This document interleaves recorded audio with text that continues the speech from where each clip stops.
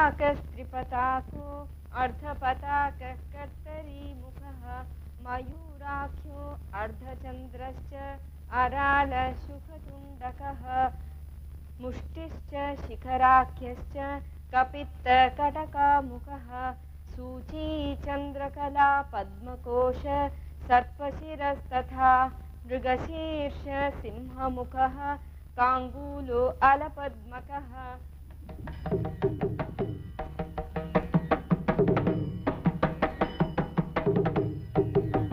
Whether they are used in prayer or apparently involuntarily, hands in action always have a little story of their own to tell.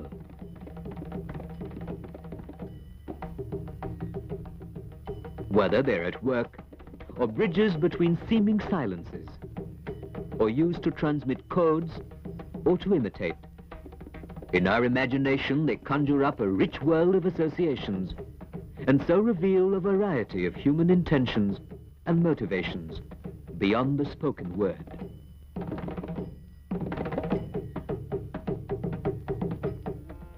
The evolution of human life is shrouded in mystery and goes back millions of years.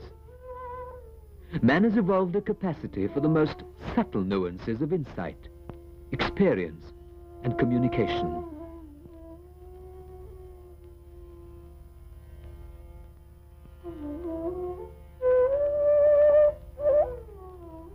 Gesture and its continuing evolution, particularly in the East, probably discovered that certain bodily expressions of inner feelings were communicated, then recognized as being shared. They were codified and progressively refined into a system. And that is perhaps how the idea of mudra was born, long before the written word.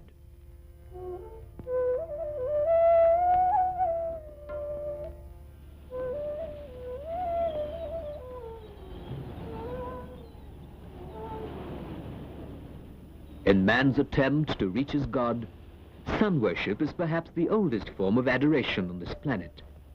The Surya Prana Mudra sought to absorb the energies of the sun into man's own life force. The mudra, in addition to being directed towards the life-giving sun, also has a more esoteric meaning associated with the sun as Paramatman, the Supreme Self or the Oversoul.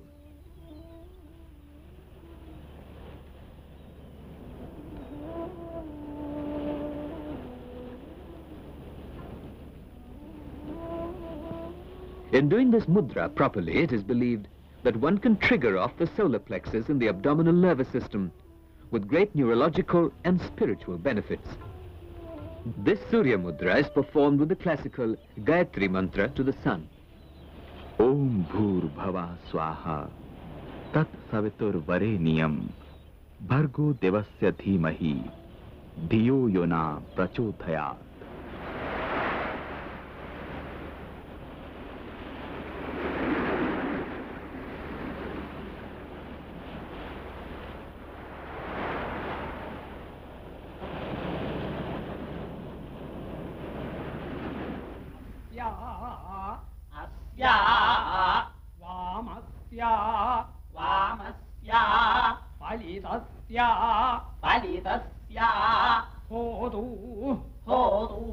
The body is verily the primary foundation of all that sustains.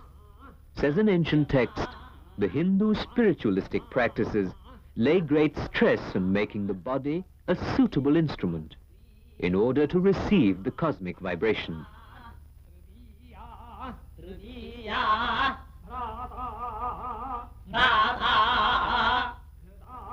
The chanting of the Vedas, because they reflect the primeval sounds, help channelize the flows of psychic energy.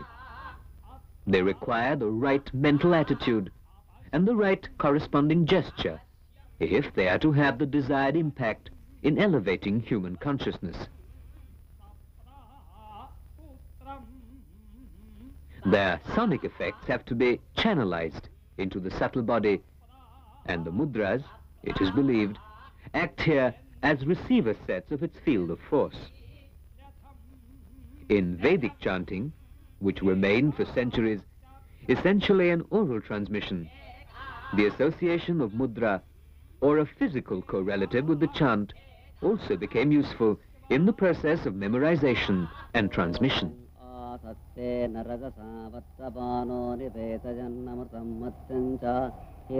Priests, too, mediating between God and man, sought to find the physical correlatives of the sacred mantras.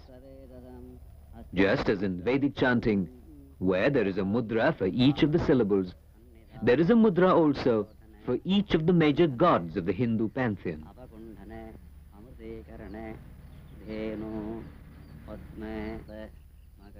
Mudras are different from the everyday gestures and movements of human beings. They are said to have been revealed by the ancient rishis or great sages who were the custodians of sacred knowledge.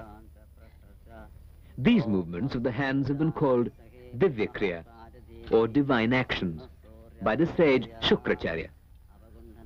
In the gesture of prayer called a Namaskara mudra, the palm centers, regarded as important centers of psychic energy, are pressed together, and the energy is intensified and reabsorbed into the circuit of individual forces towards the highest supra-individual center, where the universal consciousness has its potential seat. The mystical propensities of the mudra were reasserted in the practice of yoga, where union with the highest consciousness is brought about by the harmony of mind and body.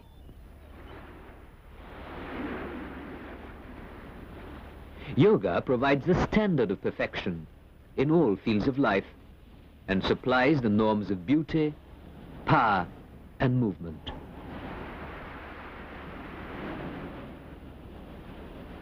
Yoga does not merely rest satisfied with the perfection of bodily postures or asanas. It attempts to tame the mind through the body. It acts by impeding or increasing the circulation of the blood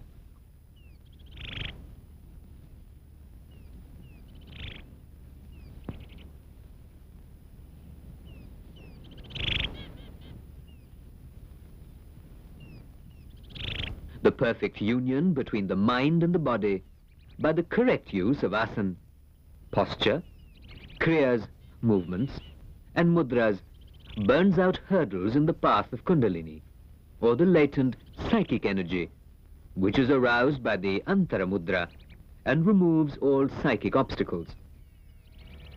Mudra is used in this manner to elevate the aspirant to higher levels of consciousness. There is a good basis for the acceptance that mudra does control the mind-brain processes and the functions within the nervous system by uniting various nerve terminals of the sympathetic and parasympathetic nervous function.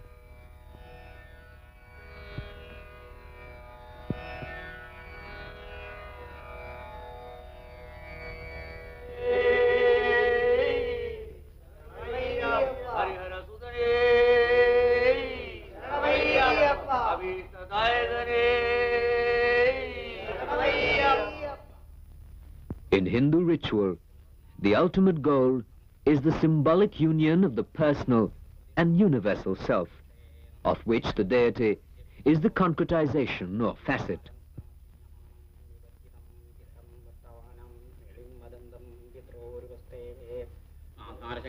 It is the devotee who infuses the deity with its power through the intensity of his worship and the richness of his visualization. The sacred mantra is first recalled by the mind, articulated by the mouth, and then presented by gesture. The puja begins with a mudra, symbolizing the surrender of the devotee to the deity. This is followed by invoking the 8 chakras, or centers of psychic power in the body.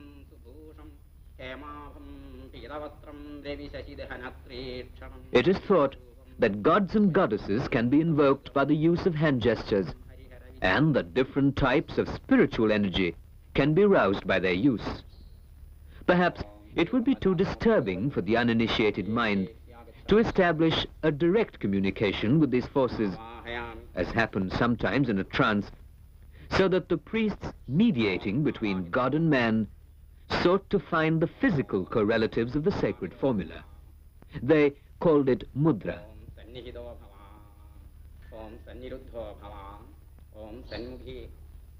The puja itself starts with the use of holy water and flowers, by which the presence of the Godhead is consecrated with a pira puja, delineating the throne or a seat for the Lord. The deity is visualized and a kind of transference takes place between the devotee and the deity.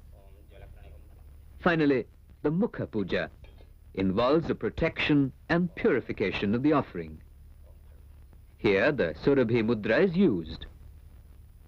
It is a symbol of Kamdhenu, the holy cow, the mother who sustains with the milk of her body. The mudra signifies the udder of the cow. It is an offering to the one who sustains and a request to the wind to carry the message from the heart of the devotee to the deity.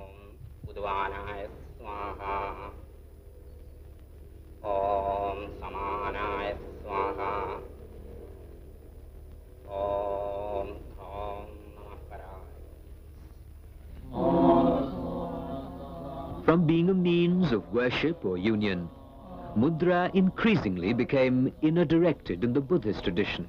The deity disappeared, and the meditative experience of Buddhism developed an intricate system of visual symbols to reflect the different levels of meditative experience.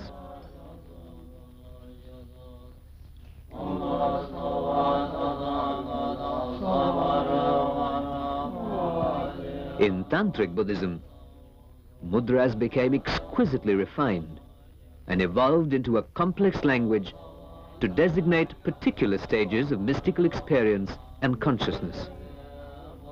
The monks use movements of the hands to embellish the effect of their chants. They set symbolically in motion the wheel of law, embodying the four noble truths of Buddhism in the ultimate realization of the unity of inner and outer worlds.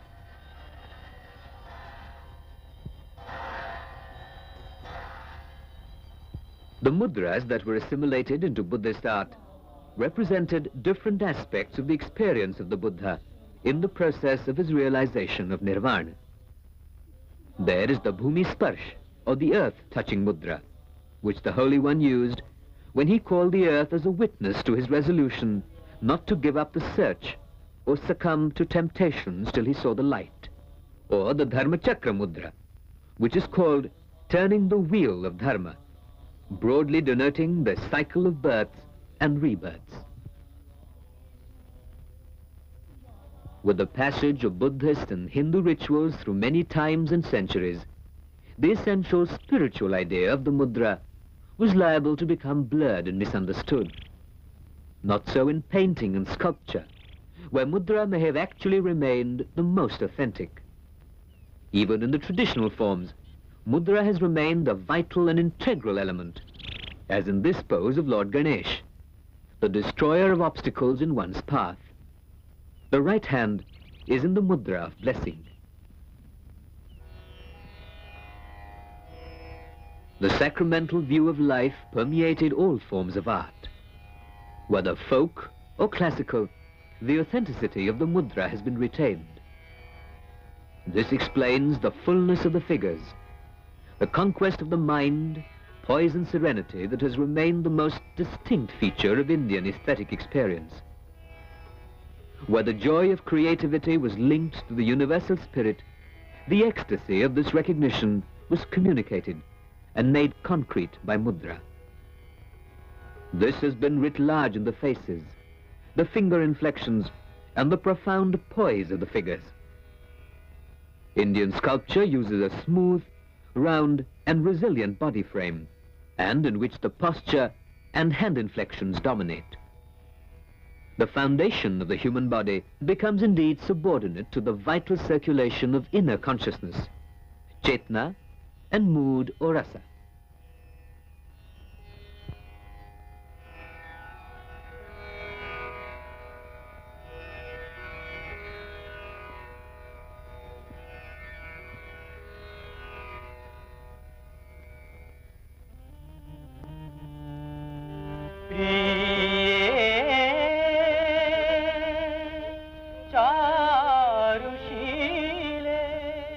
Indian dance, too, is frequently a form of spiritual dedication. Although at one level it releases itself from the esoteric clasp of the mystical and attempts to portray the many facets of human emotion, it is only fully comprehensible to the initiated or the rasikas. The dancer is performing a piece from Jayadev's Geet Govinda, where Lord Krishna is trying to woo back the incensed beloved Radha. The emotion portrayed is extremely human.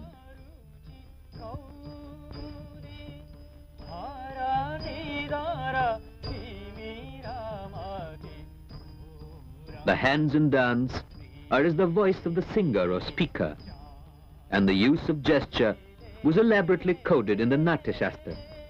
The Abhinaya Darpan, mirror of gesture, sets forth several hastas or hand movements which are used to communicate a story or a mood.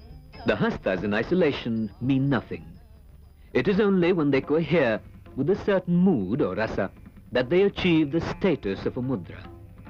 All the preparations of the maiden assume poetical significance only in the context of the rasa of Sringara or love. Their motivation becomes clear only in the landscape of a dominant emotion. Similarly, the Pushpa Vachaya Mudra is not the plucking but the picking of flowers, since the context is in the spirit of offering. The hand gestures of the Khandita Nayaka, or the lovelorn maiden, become eloquent mudras against the backdrop of the mood of viraha or separation. The involuntary gestures of the hands reinforce the feeling of revulsion.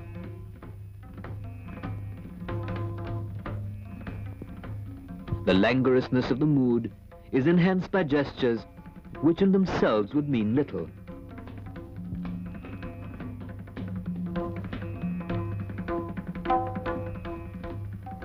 So too, with the hand movements that denote sleep,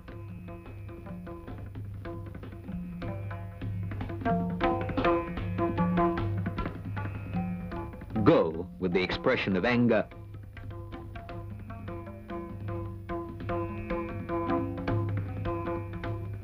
the coyness of the maiden before the warmth of embrace.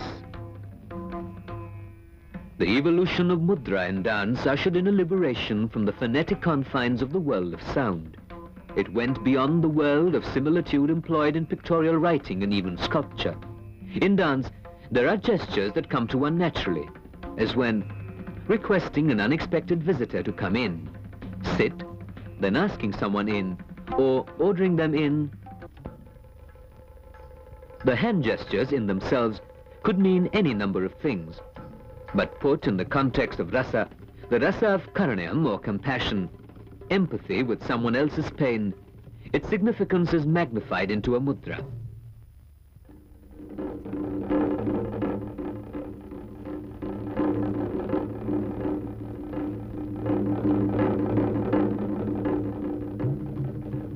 There is anguish and sorrow.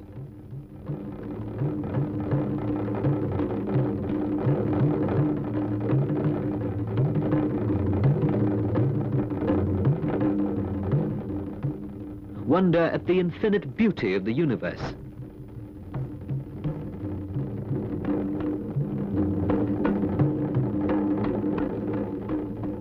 Jealousy, envy, and anger.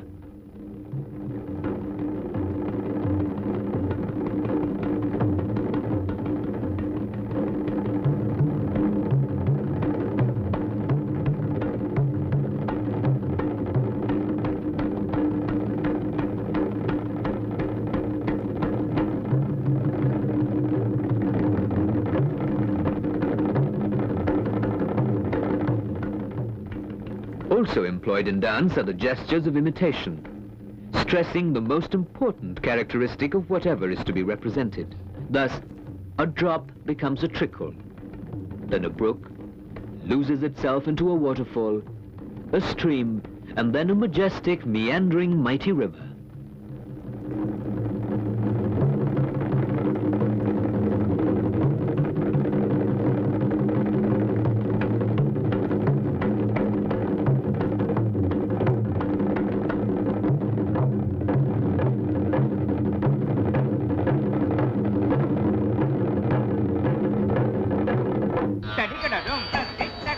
mudras then trigger off a sequence of associations and the poetic imagination. In the words of Nandakeshwara, where the hand is, there the eye must go. Where the eye goes, the mind must follow. And the object contemplated by the mind must bring out the natural and appropriate feelings.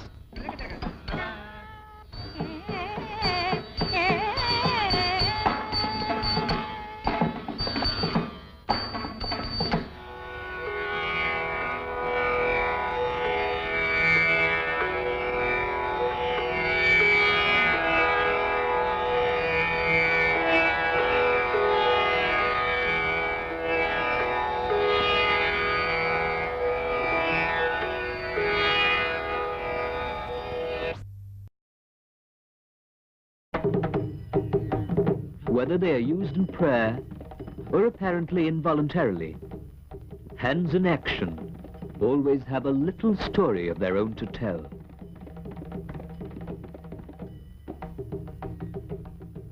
Whether they're at work or bridges between seeming silences, or used to transmit codes or to imitate, in our imagination they conjure up a rich world of associations and so reveal a variety of human intentions and motivations beyond the spoken word. That certain bodily expressions of inner feelings were communicated, then recognized as being shared. They were codified and progressively refined into a system. And that is perhaps how the idea of mudra was born, long before the written word.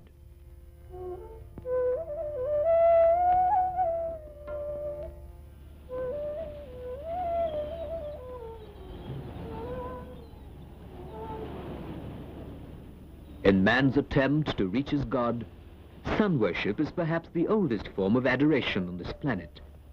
The Surya Prana Mudra sought to absorb the energies of the sun into man's own life force. The mudra, in addition to being directed towards the life-giving sun, also has a more esoteric meaning associated with the sun as Paramatman, the Supreme Self or the Oversoul.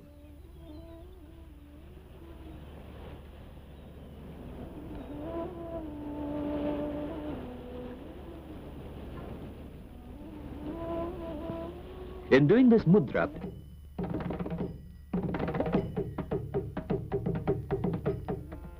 the evolution of human life is shrouded in mystery and goes back millions of years. Man has evolved a capacity for the most subtle nuances of insight, experience, and communication.